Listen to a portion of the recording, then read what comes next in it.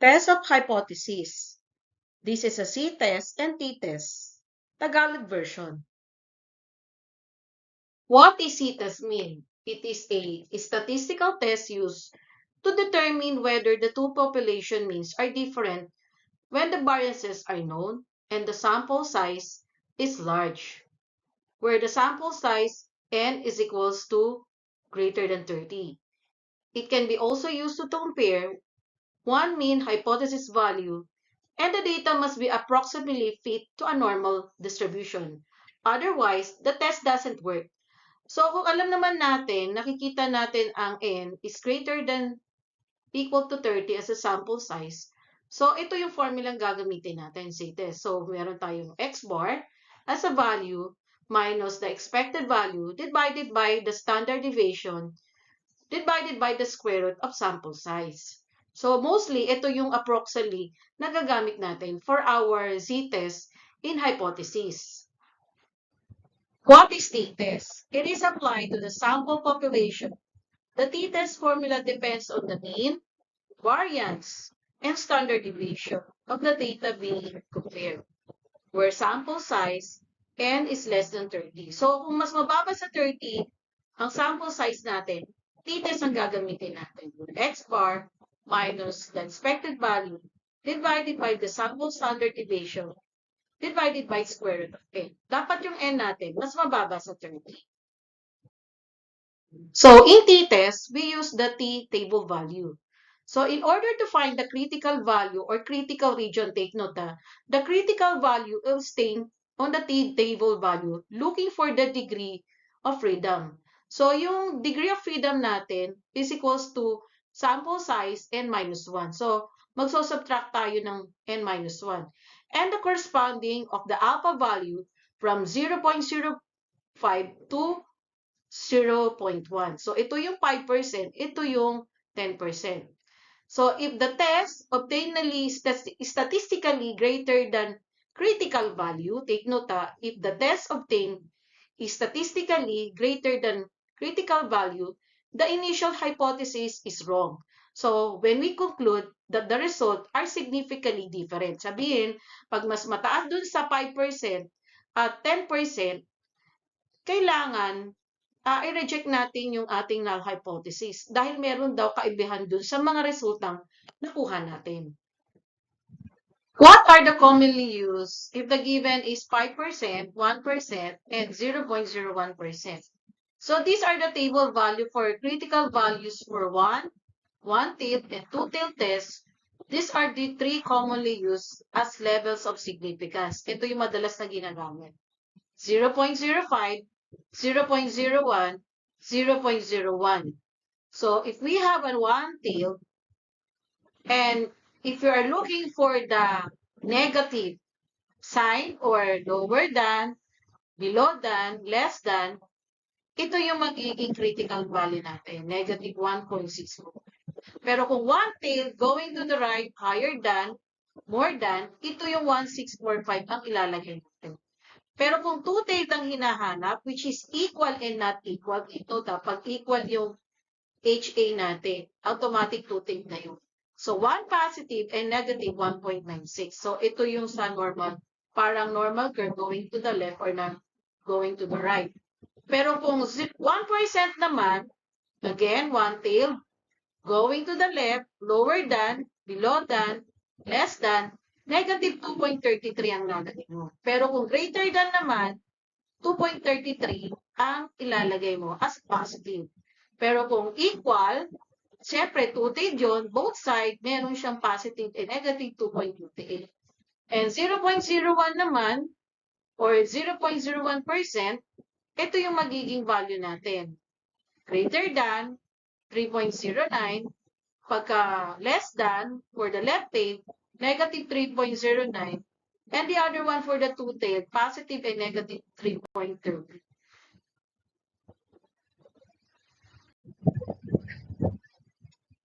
Sa pagkuha naman ng t-table, ito ginagamit to sa t-test. Take note, meron tayong tinatawag na degree of freedom. Itong side na to. Yan. So, dito natin titingnan yung degree of freedom. So, if I have a degree of freedom, meron tayong sample size na 20 sabihin natin, pero magbabawas pa tayo ng -1. So, 90 na titingnan natin. Tapos, pag hinihingi ay two-tailed at 90%, so, itatapat natin uli magiging 19. Yung side na yan. Tapos, 90% two-tailed. So, at least, dito siya natin itatapat. Yan. Ito yung magiging, natin, critical value. So, isang positive, isang negative. So, 1.729, doon natin ilalagay. Pero kung one-tailed naman dito tayo titingin, kunyari, 0.10 ang hiningi, 80% na yon. So, automatic 80%, tapos ang degree of freedom natin, kunyari, nabawasan, 40 na lang. Dati siyang 15. So, 15 minus 1 would be 14. And then, 10%. So, dito natin siya ilalagay. Kung going to the right naman, ito ilalagay. Pero kung going to the left, lalagyan natin siya ng negative. Okay, yan yung paggamit ng t-table value. So, let's try to be familiarized on how to use the t-table value for our critical value. This is problem number 1. Suppose that it's known from experience that the standard deviation of a weight of 8 owned packages of cookies made by a certain bakery is 0.60 volts. To check whether its production is under control or given date, they select a random sample size of 32.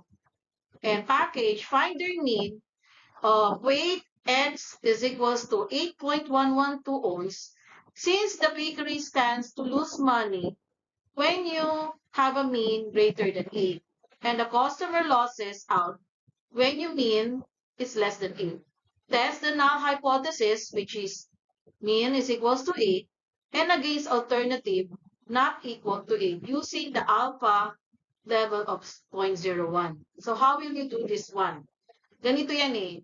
Sa bakery, meron silang ginagawang cookies. So, bawat isang cookies na yon, isang package ng cookies, meron siyang 8 ounce na bigat.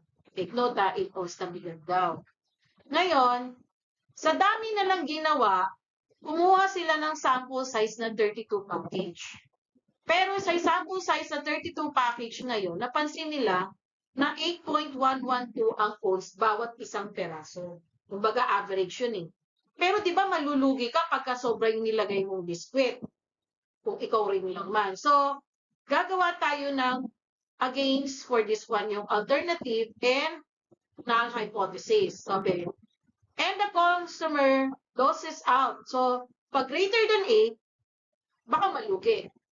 Pero dapat, medyo mas mababa sa 8. Hindi naman pwedeng sobrang baba. Kailangan medyo equal to 8 or hindi masyadong bababa sa 8 para malaman ng customer or nung pinakamay-ari, baka meron ng paglugi sa kanyang binibentang biscuit or yung cookies na yon.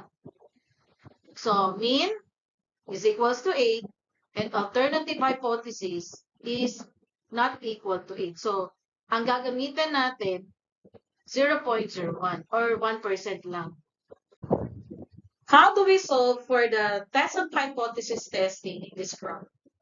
So first, yung given natin, X is equals to 8.112 ohms. So, sa researcher daw, nung nakuha nila yung given, nakumuha sila ng sample size sa 32, 8.112 ang kanilang given. Or ito yung nasukat nila. Pero sa may-ari, is equals to 8. So, meron siyang standard deviation na 0.16. Eh, syempre naman, sino bang gusto magpalugi sa pagnegosyo pag sobrang nilagay mo? Pero mahirap din ang kulang kasi magagalit ng customer sa'yo. So, gagamit tayo ng z-test formula. Sabi, ang null hypothesis, HO means an average of inputs. Ang alternative hypothesis naman, HA, means not equal to 8. So, C is equals to 8.112 minus 8 divided by 0.16 divided by square root of 32, which is our sample size. So, ano yung lumabas na table Z value natin? 3.99. Pero ang significance level lang hinihingi natin is 1%. So, titingin tayo dun sa critical region, palibasa equal and not equal yung ginamit natin, gagamit tayo ng two-tailed test. So, one is, we need to reject the null hypothesis because ang value ng two-tailed natin as a 1% significance level isang negative 2.58 and the other one is 2.59. Therefore, our conclusion, since our Z is 3.99, nag-exceed siya dun sa 2.58. Eh, mas mataas naman ng 3.99 kaysa 2.58, di ba? Lumampas na siya. So, we need to reject the null hypothesis as the 1% significance level. So, we use 0.01. Take note, ha? So, equal and not equal, ito yung magiging batayan natin for two-tailed. 1 positive 2.58 and negative 2.58 for our t-value. So, ito yung magiging basihan natin for critical. Find the rejection of region or the critical region. So, first step that you will do is to draw a t-test. So, iba siya, medyo flat dapat at yung medyo mahaba. So, mag-start yan 0, 1, 1.5, 2.0, 2.5, and 3.0. And the negative naman, negative 1, negative 1.5, negative 2.0, and negative 3.0. So, meron tayong 1% significance level, which is 99%. And nakuha natin Z is 3.99. So, nandito lang yung 2.58. Take note, 2.58 nandito lang. So, lalagyan mo siya ng shaded. Pero yung ating Z, 3.99. So, lumampas siya ng konti. So, ang gagawin natin, our conclusion will reject the null hypothesis at the 1% significance level. Problem number 2. A farmer is trying out planting technique that he hopes he will increase the yield of his pea plants. The average number of pods on one of his pea plants is 145 pods, with a standard deviation of 100 pods. This year, after trying to his new planting technique, he takes a random sample of his plants, 144, and find the average number of pods to be 147. He wonders whether or not this is a statistically significant increase. What are his hypotheses and test statistics to be used? Okay. So first naman guys, tingnan nyo, yung isang farmer, meron siyang paraan para magkakuha siya ng technique, paano ma-increasean ang kanyang yield. Pag sinabing yield, ito yung inaani niya for his pea plant. Pea means, ito yung mga peanut, mga buto, sa mga halaman. So, yung average ng isang pods niya of pea plants is 145. At meron daw standard deviation na 100.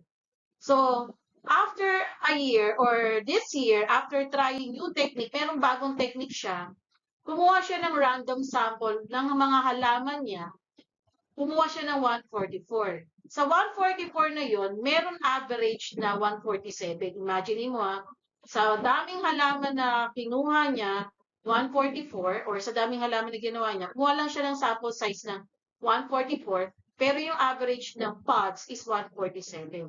He wonders whether or not this is statistically significant increase. Hindi niya alam kung nag-i-increase daw. Paano natin malalaman to? So we need to use hypothesis and test statistics. First, we need to develop the null and alternative hypothesis. How do we solve for this one? So HA natin means greater than equal to 145 and HA natin means greater than 145. So again, next we calculate the test statistic for the sample of pea plants. So anong gagamitin uli natin? So Z is equals to X bar minus the average value divided by the standard deviation squared of N. So, ano yung average ng 147 daw? Dun sa akin sa 144. Pero ang average lang daw is 145. So, meron siyang standard deviation na 100 at saka yung sample size na kinuha doon is 144. So, Ano yung value ng C-test natin? So, meron siyang 0.24. So, paano natin siya malalaman kung ito ay reject or not to reject? So, this alternative hypothesis is greater than, since he believed that there might be a gain in the number of paths. So, choose niya yung alpha, which is 0.05. So, again, pupunta ulit tayo dun sa table value. If the critical value will be 1.645, we will reject the null hypothesis if the test statistic is greater than 1.645. Sabihin, 1.7, 1.8. I-reject natin siya. Pero hindi eh. The value of test statistic is 0.24 lang. So, there is a less than 1.645. So, our decision is to fail to reject the null hypothesis. Sabi, fail to reject. Huwag natin siyang i-reject. So, based in our sample, we believe that the mean is equal to 145. Ito yung equivalent ng value ng kanyang P. So, number of paths. So, how do we project for this one? So, yung pinaka-level of significance natin, which is the alpha 0.05, pero greater than, ito yung lalagay natin sa 1.645 for the right tail. Yan yan yung value na gagawin natin. Paano natin yan i-curve mamaya? Ngayon, how do we graph this one? Siyempre, ang gagawin nyo is just magdodraw muna kayo ng t-test or parang normal curve din. Sa iba to So 0, 1, 5, 2.0, 2.5, then 3. The other one is negative 1.5, negative 2.0, negative 2.5, and negative 3.0. So, yung critical value natin, 1.645. So, dito natin siya ilalagay. Palibasa, right tail lang. Right tail lang, hindi pwedeng left tail.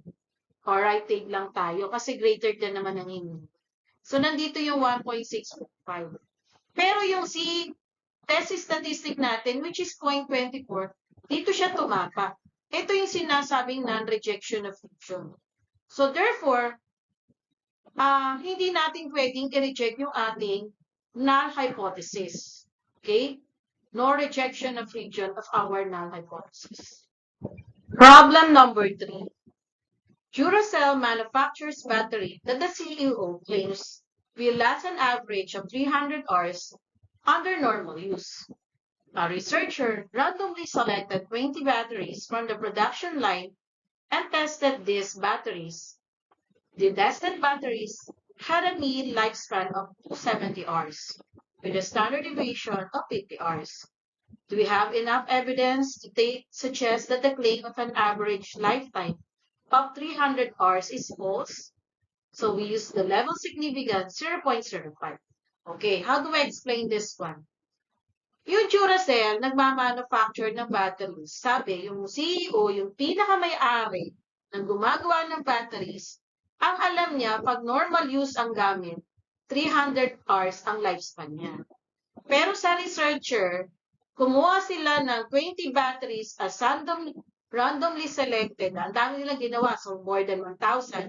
Kumuha lang sila ng 20 batteries. At doon sa 20 batteries na yun, tinested nila yung battery sa lifespan, 270 hours lang, and with a standard deviation of 50 hours.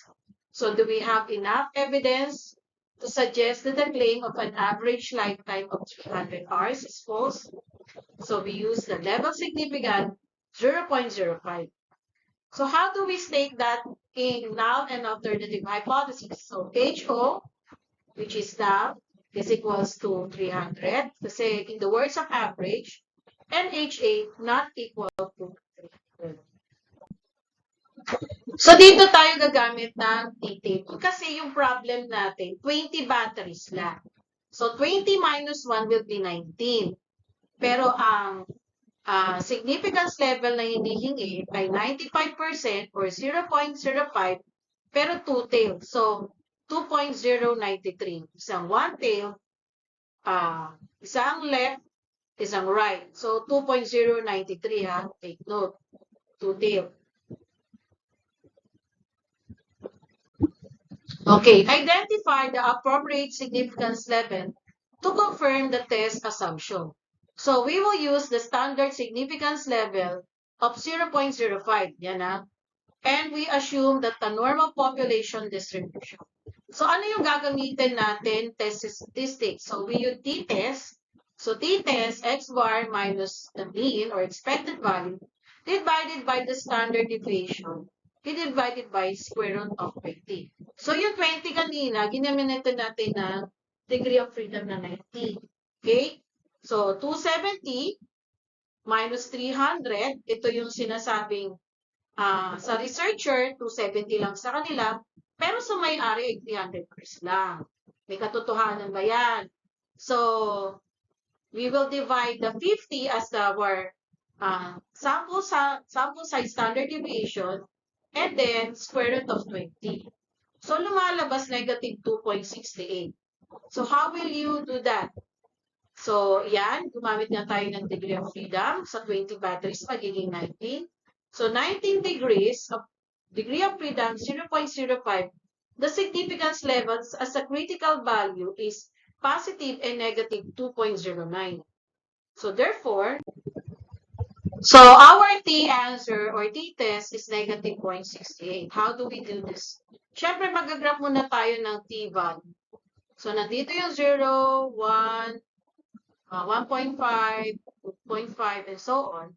So, nandito yung bandang negative 2.093 as our alpha. And the other one is 2.093 as positive. Positive dito, negative dito. Kaya yung answer natin, 2.68. Sabihin, pumasok siya sa critical region at medyo lumampas pa nga. So, interpret your results since our calculated t-test value is outside of the critical value. Lies on the critical. Ibig sabihin, tumama siya sa critical region. Therefore, we reject the null hypothesis. So, ibig sabihin yan, yung average battery lifespan of the sample ng mga researcher ay iba doon sa average battery lifespan na hinihingi ng pinakamayari, yung C. So, therefore, we reject the null hypothesis. Baliwala yung mga saysay ng computations nila. So, we reject the null hypothesis.